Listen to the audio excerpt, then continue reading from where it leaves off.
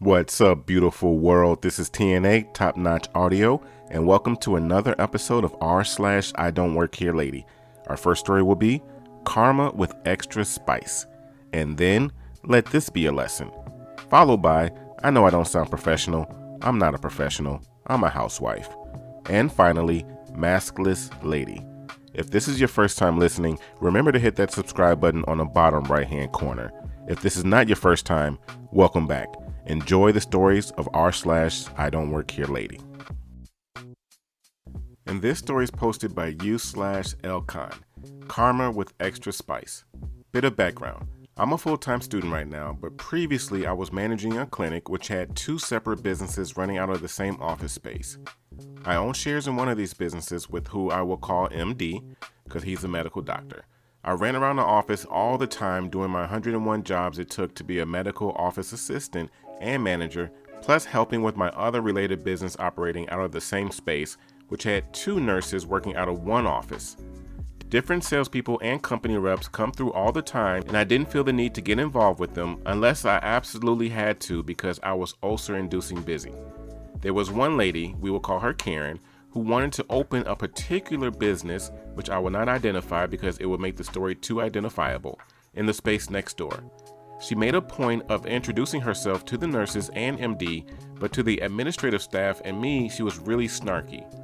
She spoke in a very condescending voice to anyone but the doctors and nurses, and also did it with a big phony smile and slow words, which made it worse.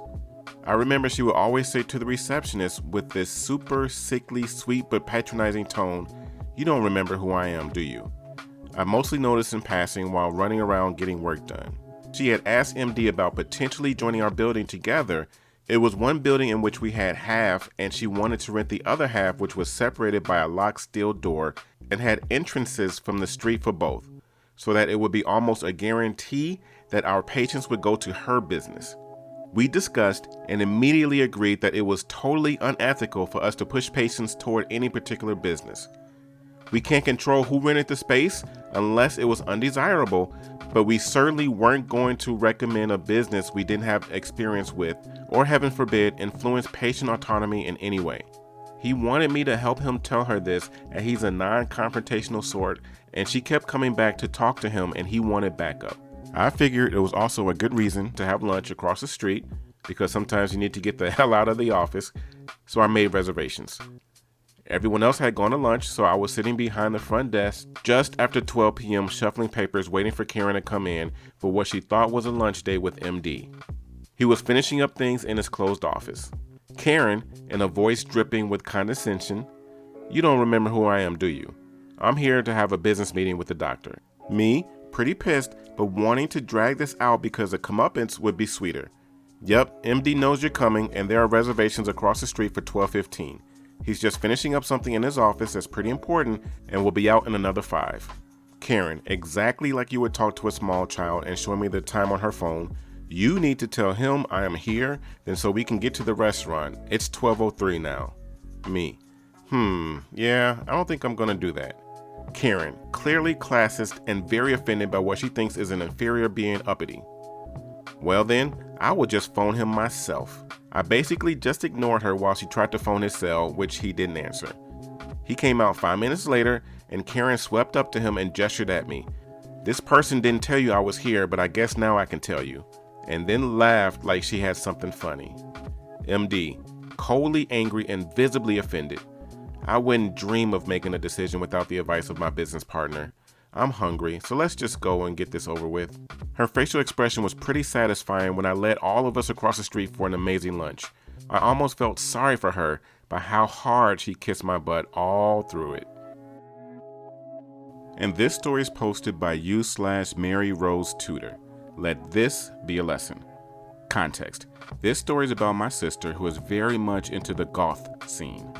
My sister is also a teacher, and for professional reasons, she tones down the goth for school, but still wears a lot of black and gothic jewelry to work.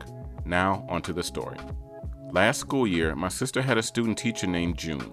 June was a lovely girl in the classroom, great with the kids, and my sister could tell she would a great teacher one day. She got along with my sister well enough, but she thought my sister was weird, well, for being goth. But being in her 30s, my sister doesn't really care. Well, one weekend, my sister went to the mall with a couple of friends looking like she came out of a Charlotte Bronte novel, i.e. really pale skin and dark makeup. Went into a candy shop, and lo and behold, there's June. My sister went away from her group of friends and to strike up a conversation with June. And here is the interaction. Sis, hey June, how's your weekend go? She was interrupted by June. June, yeah, can you give me like 3 pounds of jelly beans and some item I can't remember? Sister, X stopped working. She looks at the candy store employees who were wearing a blue bright shirts and apron with the store name on them. My sister looks like Morticia Adams, maybe Weekend Brain. Sis, June, it's me, Miss F, your mentor. June, yeah, so? Sis, you work in my classroom at Catholic school.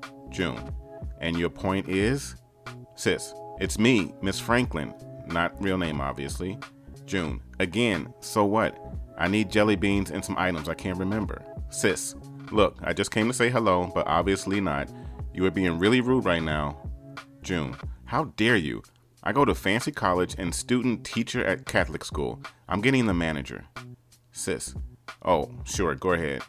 I'm also going to tell the headmaster about this incident and your professor. God forbid you run into any parents or kids outside of school. Sister walked away. She didn't email the headmaster or her professor, but did email June telling her to meet her early on Monday morning. Monday morning comes around, and my sister looks less like Morticia and more like Abby from NCIS. My sister is one of those who they are mad, she gets stone-faced, does not show any emotion. June comes into the classroom all chipper and smiles, and my sister gets up to greet her. Sis, June, we have a lot to discuss. First, did you not truly know it was me on Saturday at the candy shop? June's face went white, but she didn't say anything.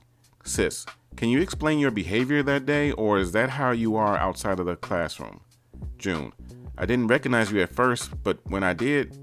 Sis, so you double down on your mistake and make a complete butt of yourself? You're lucky that I didn't tell the headmaster or your professor about this. Let this be a lesson. You never stop being a teacher outside of school. You may be the only adult your student may trust. If you act the way you did this past weekend and that student sees you act like that, you have just broken that trust. Never do that again. June sobered up real quick after that.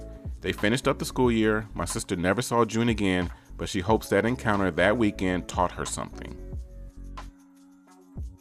And this next story is posted by u/Peppercon Chobar. I know I don't sound professional. I'm not a professional. I'm a housewife. A few years ago, our house number was very close to a local bank. The only difference was that the last 2 digits were inverted. Ours was 45 and theirs is 54. So it was common for us to get wrong numbers for that branch. One lazy weekday morning, I slept in a bit too late. Then I chilled out scrolling through Facebook on my robe and consumed 1 too many cups of coffee while I procrastinated the laundry. The phone rang and I answered it as people do. Me. Hello. Old man. This is how you answer the phone? Hello? Me. Usually. May I ask who's calling? Old man.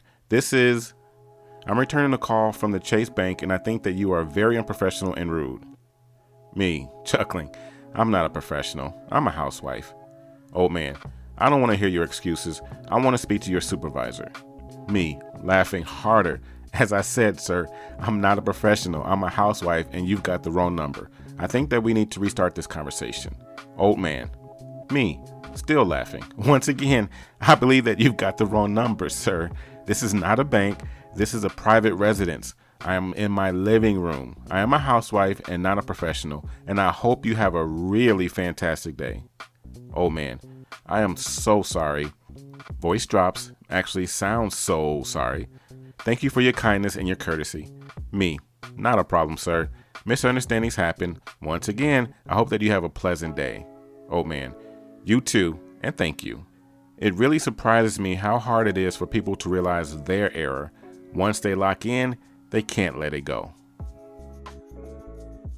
And this story is posted by u/oldfarmboy. Maskless lady. This happened just yesterday, and my wife thinks it's appropriate for here. I was shopping at that inexpensive family clothing store named after a military branch. You know the one. The store is mostly empty because it's the middle of the afternoon and because, you know what, Most people aren't out and about for shopping, no reason. Anyway, I was looking for some jeans at the front of the store because they were on sale. Mind you, I was actually wearing a pair of jeans, a plaid shirt, a vest, and a mask that all could have been from the store. As I'm searching for my size, this lady approaches with her phone to her ear and her mask in her hand. I pause what I'm doing and look over at her. Lady, do you know where the men's athletic shorts are? Me, no. Lady, can you ask someone? Me, no. Lady, don't you work here? Me, no. Lady, oh my gosh, I'm sorry. Why didn't you say so? Me, because I was trying to figure out why you wouldn't put down your phone and put on your mask when talking with a stranger in public. The lady's face went from confused to horribly embarrassed. She immediately turned bright red, put on her mask, mumbled sorry, and headed straight out the door sans shorts. I find jeans in the right size and head to the checkout behind me. The cashier has these big smiling eyes, and I could tell she is smiling behind her mask. She tells me the look on that lady's face was priceless. Have a great day. Oh man, those were 4 great stories. To hear the best stories of the week, click on the video in the top left-hand corner. To hear more Reddit stories all related to what you just heard, click on the video in the top right-hand corner. And if you have not already done so, click on the subscribe button in the bottom right-hand corner. Once again, this is TNA, Top Notch Audio. Thank you for listening and have yourself a great day.